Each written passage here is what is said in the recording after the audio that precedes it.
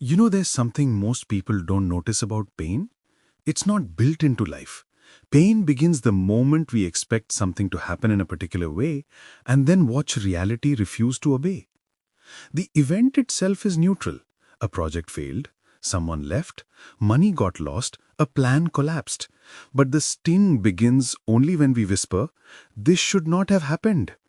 That tiny expectation becomes a blade. We grow up believing that life must fit our sense of fairness, effort, and timing. We work hard and expect results. We love deeply and expect loyalty. We do good and expect recognition. But the universe doesn't sign a contract promising that symmetry. It simply flows. And when our mind refuses to flow with it, that's when resistance shows up. Resistance dressed as heartbreak, disappointment, or guilt. Look closer at your own moments of suffering. Every one of them started with the sentence in your head. It should have worked. They should have stayed. I shouldn't have failed. Life didn't make that sentence. You did. Life is happening. Your mind is negotiating. It's not that expectation is wrong. Expectation is just a human attempt to organize uncertainty.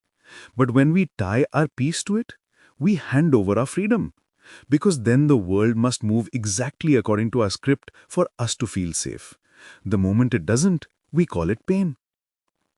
The irony is that the same situation that breaks one person becomes another person's awakening.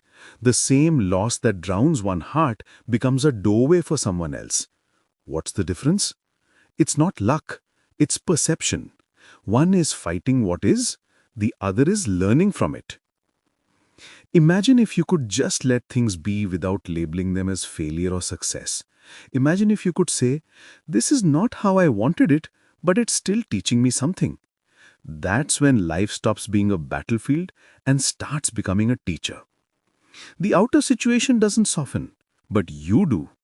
And that softness makes you stronger than any control could ever make you. We keep hearing about acceptance as if it's a spiritual cliché, but acceptance isn't passive. It's the most active state you can live in. It means you stop wasting energy rewriting the past and start using that energy to understand the present. It means you stop saying, "Why me?" and start asking, "What now?" The truth is, we fail because we were meant to learn endurance. We lose because we were meant to see what cannot be lost.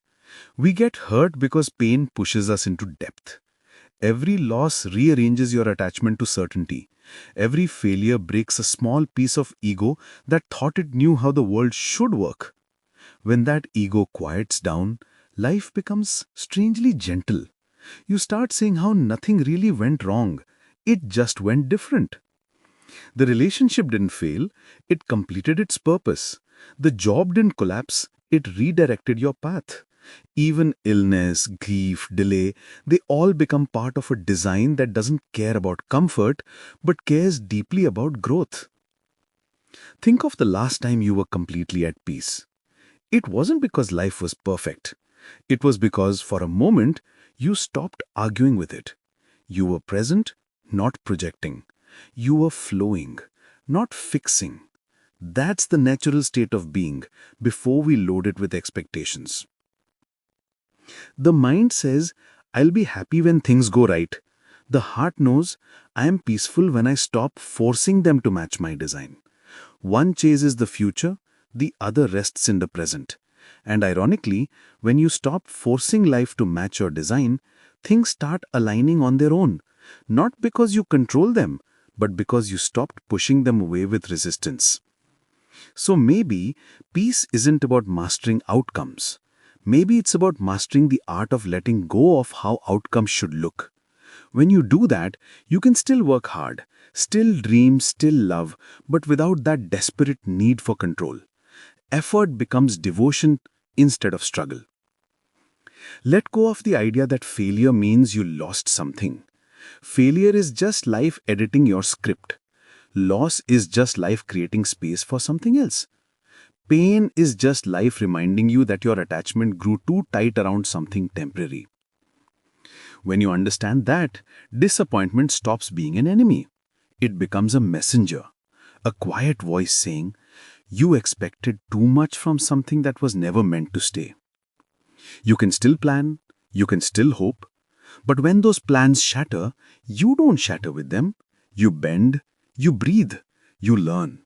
You look at life and say, I didn't see this coming, but I trust there's meaning hidden somewhere inside this mess. That trust is not blind optimism, it's maturity. It's knowing that control is an illusion and surrender is intelligence. When you stop demanding that the river flow in a straight line, you discover that even its bends have beauty. So the next time something doesn't work out, before calling it pain, before calling it loss, pause. Ask yourself, is this event really hurting me? Or is my expectation doing the damage? More often than not, it's the second one. And if you can see that clearly, you'll notice that peace was never far. It was just waiting for you to stop arguing with reality. Because life never promised to go your way. It promised only to go on.